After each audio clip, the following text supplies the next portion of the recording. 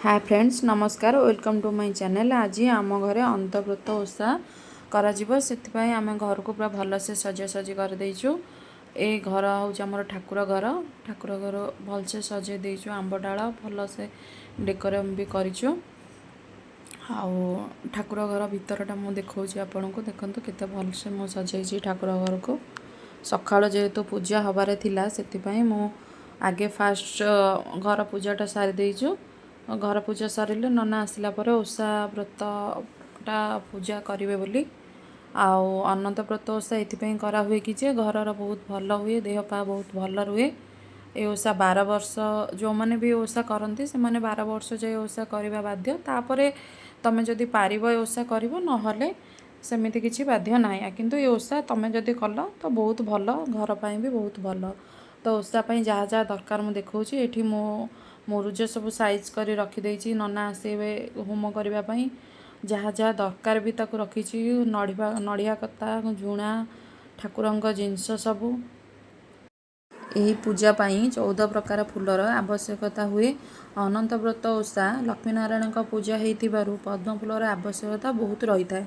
सकाळ उठी सब प्रकार फूल कलेक्शन कर खुशी भी अलग प्रकार लगी था। ए रखी मंदार फूल बहुत टाइप्र फूल जो गुड़े मुझे जानी आप कमेंट बॉक्स रे जनइबे फूलर ना, किंतु मु सब प्रकार फूल सब कलेक्शन कर ठाकुर रखी।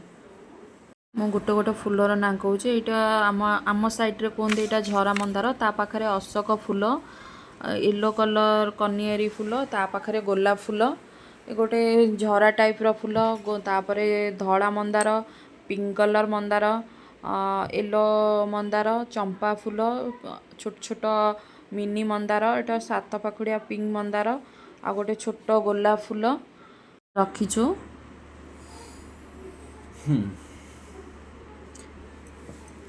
14 प्रकार फूल पर भी आमे अलग फूल रखीचु। ठाकुरंकर अत्यंत प्रिय मयूर पुछ सेटा बहुत मो ठाकुरंग पूजार दरकार हुए।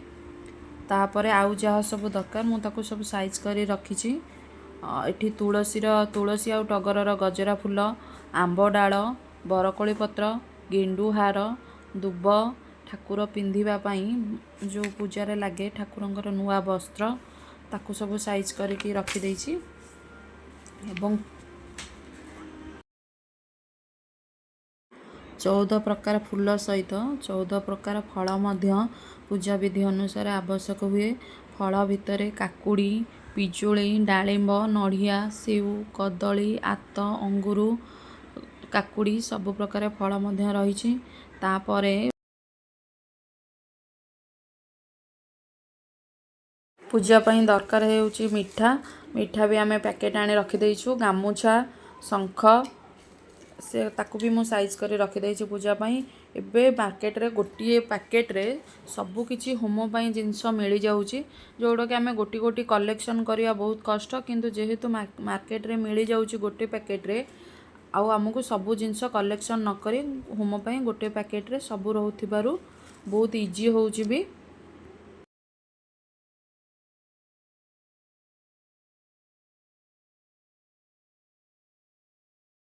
पूजा मेन लगे आमर 14टी काकरा, तो से ठाकुरंकर अलग नड़िया आमे कोरी नौचु। सी बसी तांकर नड़िया करूचंती सखाळु। नड़िया कोरी सारला परे सेटा आमर पाग धरा हबो। मामा आमर तांकर पाग नड़िया पाग प्रस्तुत करचंती। इतरे छेना, नड़िया, 14 प्रकार मसला भी एथिरे पड़े। से पूरा तैयारी हो सारला परे काकरा जंतुणीटा प्रस्तुत करा हबो। भल से मामा ताको भाजुचंती से जंतुणी के। एठी आमर नड़िया पागटी माने रेडी हो सारी। एबे मामा तांकर मैदा जंतुणी करिवे। गैस रे पानी बसई देइचंती। पानी बसई सारला परे सेथिरे मामा कोन करचंती ना चीनी पकई देइचंती। पानी रे चीनी पकई देले मैदार टेस्टटा टिके अलग आसे, तो सेति पई मैदार पानी रे एबे से पानी रे मैदा को मामा धीरे धीरे पकाउछन, ना धीरे धीरे न पकैले से मैदा सब बिंडा हो काकराटा टेस्ट आसबनी कि भल से गढ़ी हेबनी। से अल्प अल्प कर पकईले मैदा तो से भल से गरम पानी सहित मिक्स हो मिक्स हो सारा पर से भल से काकराटा करहब। ताको मामा धीरे धीरे धीरे धीरे मिक्स करूछंती गरम पानी सहित। ताको एमती गोले गोले गोले गोले ସେ କ'ଣ କରିବେ ନା ଭଲସେ ପାଗ ହେଇଯିବ, ଗୋଳେଇବା ଦ୍ୱାରା ଭଲସେ ପାଗ ହେଇଯିବ। ମାମା କାକରା ଗଢ଼ିବାରେ ପୁରା ଏକ୍ସପର୍ଟ। ତ ତାଙ୍କ ଭଳିଆ କାକରା ବୋଧେ ମୁଁ ଜାଣିବାରେ କେହି କରିପାରନ୍ତି ନାହିଁ। ତାପରେ ମା ପୁଅ ବସିଗଲେ କାକରା କରିବାରେ। ମାମା ତାଙ୍କର ଏମିତି ଛୋଟ ଛୋଟ ସାଇଜ୍ର ବେଲିକି ଦେଇ ଦେଉଛନ୍ତି। ସେ କ'ଣ କରୁଛନ୍ତି ନା ଏମିତି ଛୋଟ ଛାଞ୍ଚରେ ସେ ତାକୁ ରଖିକି ତାଙ୍କର କାକରା ତିଆରି କରୁଛନ୍ତି। ଯେତେ ଜଲ୍ଦି ହେବ ଆମେ ଟିକେ କଲେ, ବହୁତ କାକରା ଆମର ସମସ୍ତଙ୍କ ଘରକୁ କାକରା ବି ଦେବାରେ ଅଛି, ଭୋଗ ବଣ୍ଟା ହେବାର ଅଛି। ଏଠି ମୁଁ କାକରା ଛାଣିବା ପାଇଁ ପ୍ରସ୍ତୁତ କଲି। ଯେହେତୁ ଠାକୁରଙ୍କ ପାଖରେ ଭୋଗ ଲାଗିବ ତ ଏ ଘିଅରେ ତିଆରି ହେବ, ତେଲରେ ତିଆରି ହେବ ନାହିଁ। ସେଥିପାଇଁ ମୁଁ କଢ଼େଇରେ ଅଳ୍ପ ଘିଅ ଗରମ ହେଲା ପରେ ଆଉ ଅଳ୍ପ ଘିଅ ଦେଲି। ତ ଘିଅ ଗରମ ହେଇସାରିଲା ପରେ ମୁଁ ସେଥିରେ ଆଗରୁ ସେ ଗଢ଼ିକି ରଖିଥିବା କାକରାକୁ ସବୁ ଗୋଟେ ଗୋଟେ ଛାଣିବା ପ୍ରସ୍ତୁତ କଲି।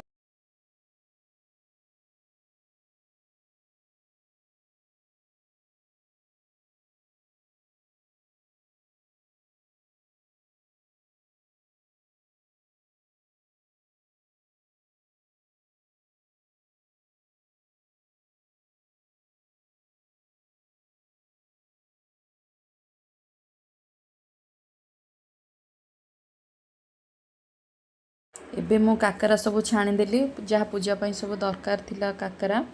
ତ ଗୋଟି କରି ସବୁ କାକରା ମୁଁ ଛାଣିଦେଲି। ତାକୁ ସବୁ ଛାଣି ସାରିଲା ପରେ ମୁଁ ଠାକୁରଙ୍କ ଥାଳିରେ ତାକୁ ସଜେଇ ଦେବି। ସଜେଇକି ନେଇକି ସବୁ ଠାକୁର ଘରେ ରଖିବି କାକରା ସବୁ। ଏଇ ଠାକୁରଙ୍କ କାକରା ଛଣା ସରିବା ପରେ ଆଉ ଯାହା ଆମର ସବୁ ସାହିରେ ବଣ୍ଟା ହେବ ବା ଅଲଗା ବନ୍ଧୁବାନ୍ଧବ ଘରକୁ ଯିବ, ସେ କାକରା ସବୁ ପଛରେ ଛଣା ହେବ। ଯାହାକି ପଛରେ ଛଣା ହେଇ ମାନେ ସାହି ଘରେ ସବୁ ଦିଆହେବ।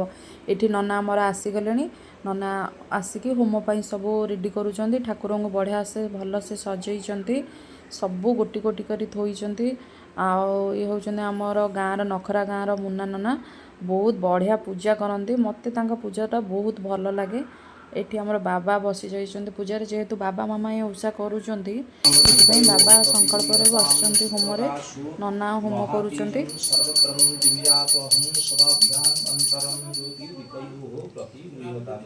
धूप स्वाहा दीपं स्वाहा नैवेद्य वीक्षणं प्रोक्षणं शैव तारणं चापगुंफनं धनुमुद्रायां वृत्तिः करणं महामुद्रायां परमेहि करणानि एकदन्ताय विद्महे वासरिकं यथास्थानं